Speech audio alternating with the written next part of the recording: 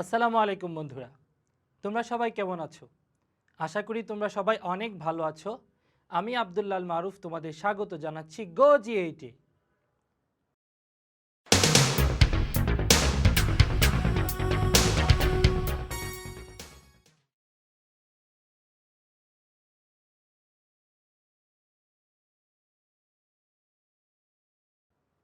বন্ধুরা, আজকে আমরা নবম ও দশম শ্রেণীর ইসলাম ও নৈতিক শিক্ষা বইয়ের প্রথম অধ্যায়ের দ্বিতীয় এপিসোড নিয়ে আলোচনা করব।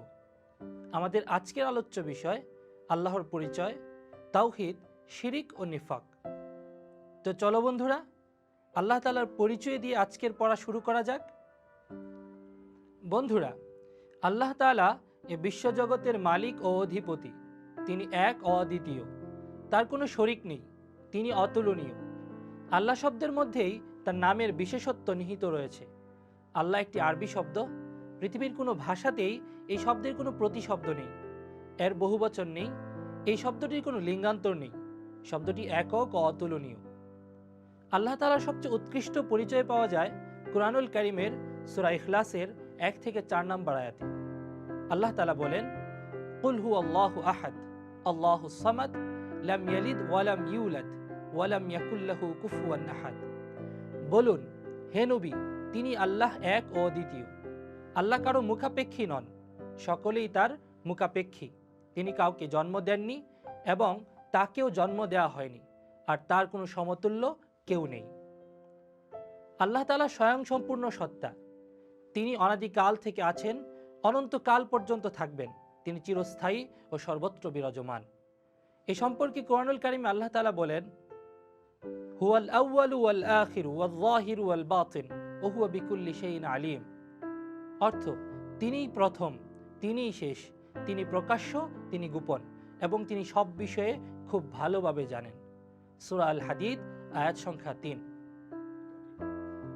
বন্ধুরা, আল্লাহ তাআলার পরিচয় সম্পর্কে কুরআনুল কারীমে তিনি আরো ইরশাদ করেন, আল্লাহু লা ইলাহা ইল্লা হুয়াল হাইয়ুল কাইয়্যুম লা তাখুযুহু সিনাতু ওয়া লা নাউম লাহু মা ফিস সামাওয়াতি ওয়া মা ফিল আরদ। অর্থ, তিনি আল্লাহ, তিনি ব্যতীত কোনো ইলাহ নেই, তিনি চিরঞ্জীব ও সর্বসত্তার ধারক। তন্দ্রা বা নিদ্রা তাকে কখনোই স্পর্শ করতে পারে না। আসমান ও জমিনে যা কিছু রয়েছে সবই তার অধীন। সূরা বাকারা আয়াত সংখ্যা 255।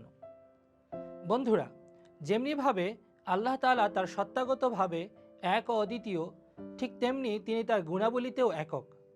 আল্লাহ তাআলার রয়েছে 99টি গুণবাচক নাম, যে সকল সুন্দর সুন্দর নাম ধরে আমরা তাকে স্মরণ করতে পারি। বস্তুত আল্লাহ তাআলা তার সত্তা ও গুণাবলীতে এক অতুলনীয়, তার কোনো শরিক নেই। সকল প্রশংসা তারই জন্য, ইবাদতের যোগ্য একমাত্র তিনিই। বন্ধুরা, তোমরা কি জানো কুফর হচ্ছে ঈমানের বিপরীত? কুফর একটি আরবি শব্দ। এর শাব্দিক অর্থ হচ্ছে অস্বীকার করা, অবিশ্বাস করা, গোপন করা ইত্যাদি। ইসলামের পরিভাষায় আল্লাহ তাআলার মনোনীত দ্বীন ইসলামের মৌলিক বিষয়ের কোনো একটির উপর অবিশ্বাস করাকে কুফরি বলে। যে ব্যক্তি কুফরিতে লিপ্ত হয় তাকে বলা হয় কাফের। কুফরের 8টি দিক রয়েছে। ক, আল্লাহ তাআলার অস্তিত্ব অস্বীকার করা, অর্থাৎ আল্লাহ নেই এমন কথা বললে সে ব্যক্তি কাফের হয়ে যাবে। খ, আল্লাহ তাআলার গুণাবলী অস্বীকার করা, যেমন আল্লাহ তাআলাকে সৃষ্টিকর্তা বা রিজিকদাতা না মানা। গ, ঈমানের অন্যান্য মৌলিক বিষয়গুলোকে অস্বীকার করা। ঘ, ইসলামের ফরজ ইবাদতগুলোকে অস্বীকার করা। উ, হালাল রিজিক হারাম মনে করা। চ, হারাম বস্তুকে হালাল ধারণা করা। কেউ যদি মদ, জুয়া, সুদ, ঘুষ ইত্যাদিকে হালাল মনে করে তবে সেও কুফরি করে। ছ, ইচ্ছাকৃতভাবে কাফেরদের অনুকরণ করা বা তাদের ধর্মীয় চিহ্ন ব্যবহার করা। বর্গীয় জ, ইসলামের গুরুত্বপূর্ণ কোনো বিষয় নিয়ে ঠাট্টা বিদ্রূপ করা, যেমন মহানবী সাল্লাল্লাহু আলাইহি ওয়াসাল্লামকে নিয়ে উপহাস করা। বন্ধুরা, উল্লেখিত কাজগুলো করার মাধ্যমে মানুষ কাফের হয়ে যায়। এমন অবস্থায় পুনরায় ঈমান আনতে হলে খাঁটি মনে তওবা করতে হবে এবং ভবিষ্যতে এমন ঘৃণিত কাজ না করার দৃঢ় সংকল্প করতে হবে। কুফরের পরিণতি। বন্ধুরা, এবার চলো তাহলে কুফরের পরিণতিগুলো কি কি আমরা তা জেনে নিই। মানব জীবনে কুফরের পরিণতি অত্যন্ত ভয়াবহ। কুফর মানুষের মনে অবাধ্যতা ও অকৃতজ্ঞতার জন্ম দেয়, ফলে সমাজে পাপাচার বৃদ্ধি পায়, জনমনে হতাশার সৃষ্টি হয়, অনৈতিকতার প্রসার ঘটে, আল্লাহর প্রতি অকৃতজ্ঞতা ও অসন্তুষ্টির সৃষ্টি হয়। পরিণতিতে ভোগ করতে হয় জাহান্নামের কঠিন শাস্তি। আল্লাহ তাআলা বলেন, ওয়াল্লাযীনা কাফারু ওয়া কাযযাবু বিআয়াতিনা উলাইকা আসহাবুন নার হুম ফিহা খালিদুন। অর্থাৎ, আর যারা কুফরি করে এবং আমার নিদর্শনগুলোকে মিথ্যা প্রতিপন্ন করে তারাই জাহান্নামের অধিবাসী, তারা সেখানে চিরকাল থাকবে। সূরা বাকারা আয়াত ৩৯। কুফরি একটি মারাত্মক পাপ, সুতরাং এ থেকে সকলেরই বেঁচে থাকা উচিত। বন্ধুরা, এখন আমরা শিরিক সম্পর্কে জানব। শিরিক শব্দের অর্থ অংশীদার সাব্যস্ত করা, একাধিক উপাস্যে বিশ্বাস করা ইত্যাদি। ইসলামী পরিভাষায় আল্লাহ তাআলার সাথে কোনো ব্যক্তি বা বস্তুকে শরিক করা বা তার সমান মনে করা। যে ব্যক্তি শিরিক করে তাকে মুশরিক বলে। শিরিক হলো তাওহীদের বিপরীত। আল্লাহ তাআলা নিজেই শিরিকের ধারণা খণ্ডন করেছেন। তিনি বলেন, কুল হুয়াল্লাহু আহাদ, অর্থ বলুন হে নবী, তিনি আল্লাহ এক ও অদ্বিতীয়। সূরা ইখলাস আয়াত ১। বন্ধুরা, অন্যত্র আল্লাহ তাআলা বলেন, লাইসা কামিসলিহি শাই, অর্থ কোনো কিছুই তার সদৃশ্য নয়। সূরা শুআরা আয়াত ১১। আল্লাহ তাআলা আরও বলেন, লাউ কানা ফীহিমা আলিহাতুন ইল্লাল্লাহু লাফাসাদাতা, অর্থ যদি সেখানে আল্লাহ ব্যতীত আর কোনো ইলাহ থাকত তবে উভয়ই ধ্বংস হয়ে যেত। সূরা আল আম্বিয়া আয়াত ২২। শিরিক প্রধানত ৪ প্রকার। আল্লাহর সাথে শিরিক করা, বিশ্বজগৎ পরিচালনায় কারো সহযোগিতা রয়েছে বলে মনে করা, আল্লাহ তাআলার গুণাবলীতে অংশীদার সাব্যস্ত করা, আল্লাহ তাআলার ইবাদতে শিরিক করা, অর্থাৎ আল্লাহ সন্তুষ্টির জন্য ইবাদত না করে অন্য কারো ইবাদত করা, অগ্নি ও মূর্তির পূজা করা। শিরিক একটি জঘন্য অপরাধ। এ ব্যাপারে মহান আল্লাহ তাআলা বলেন, ইন্নাশ শিরকা লাযুলমুন আযীম, অর্থাৎ নিশ্চয় শিরিক বড় জুলুম। সূরা লুকমান আয়াত সংখ্যা ১৩। বন্ধুরা, এখন আমরা শিরিকের পরিণতি সম্পর্কে জানব। শিরিকের পরিণতি খুব ভয়াবহ।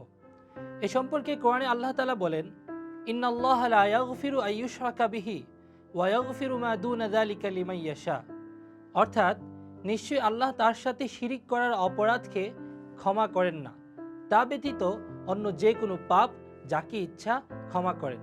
সূরা নিসা আয়াত ১১৬। বন্ধুরা, আল্লাহ তাআলা আরও বলেন, মা ইউশরিকু বিল্লাহি ফাকাদ হাররামা আলাইহিল জান্নাহ ওয়া মাওয়াহুন নার, অর্থ যে ব্যক্তি আল্লাহর সাথে শিরিক করবে আল্লাহ তার জন্য অবশ্যই জান্নাতকে হারাম করে দিবেন এবং তার আবাস হবে জাহান্নাম। সূরা আল মাইদা আয়াত সংখ্যা ৭২। বন্ধুরা, কুফর ক্ষমার অযোগ্য অপরাধ। অবশ্য কাফের ব্যক্তি যদি পুনরায় ঈমান আনে এবং ইসলামের সমস্ত মৌলিক বিষয়ে বিশ্বাস স্থাপন করে তবেই শাস্তি থেকে রেহাই পেতে পারে। সাথে সাথে তাকে অবশ্যই পূর্ববর্তী কাজের জন্য আন্তরিকভাবে লজ্জিত হতে হবে এবং খাঁটি তওবা করতে হবে। বন্ধুরা, এখন আমরা জানব নিফাক সম্পর্কে। মুনাফিক শব্দটি নিফাক থেকে এসেছে। এর অর্থ ভণ্ডামি, প্রতারণা ইত্যাদি। ইসলামী পরিভাষায় মুখে ঈমানের স্বীকার, অন্তরে অবিশ্বাস করাকে নিফাক বলে। যে ব্যক্তি এরূপ করে তাকে বলা হয় মুনাফিক।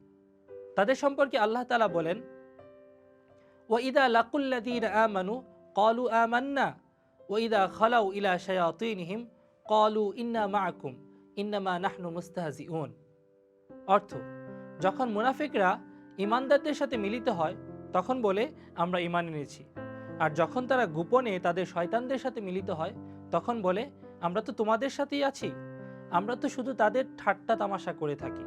সূরা বাকারা আয়াত ১৪। মহানবী সাল্লাল্লাহু আলাইহি ওয়াসাল্লাম তাদের ঘৃণ্য চরিত্রের ৩টি চমৎকার দিক বর্ণনা করেছেন। মহানবী সাল্লাল্লাহু আলাইহি ওয়াসাল্লাম বলেন, আয়াতুল মুনাফিকি সালাসুন, ইযা হাদ্দাসা কাযাবা ওয়া ইযা ওয়া'আদা আখলাফা ওয়া ইযা তুমিনা খানা, অর্থ মুনাফিকদের নিদর্শন হচ্ছে ৩টি। যখন কথা বলে মিথ্যা বলে, ওয়াদা করলে তা ভঙ্গ করে এবং যখন তার নিকট কোনো কিছু গচ্ছিত রাখা হয় তখন তার খেয়ানত করে। বুখারী ও মুসলিম। বন্ধুরা, এখন আমরা নিফাকের অশুভ পরিণতি সম্পর্কে জানব। এ সম্পর্কে আল্লাহ তাআলা ঘোষণা করেন, ইন্নাল মুনাফিকিনা ফিদ-দারকিল আসফালি মিনান নার, নিশ্চয়ই মুনাফিকদের স্থান জাহান্নামের সর্বনিম্ন স্তরে। সূরা নিসা আয়াত 145। তো বন্ধুরা, আজ আর নয়, আবারও নতুন একটি এপিসোড দেখার আমন্ত্রণ জানিয়ে আজ এখানেই শেষ করছি। সে পর্যন্ত সবাই ভালো থেকো, সুস্থ থেকো এবং অবশ্যই গো জি8 এর সাথেই থেকো।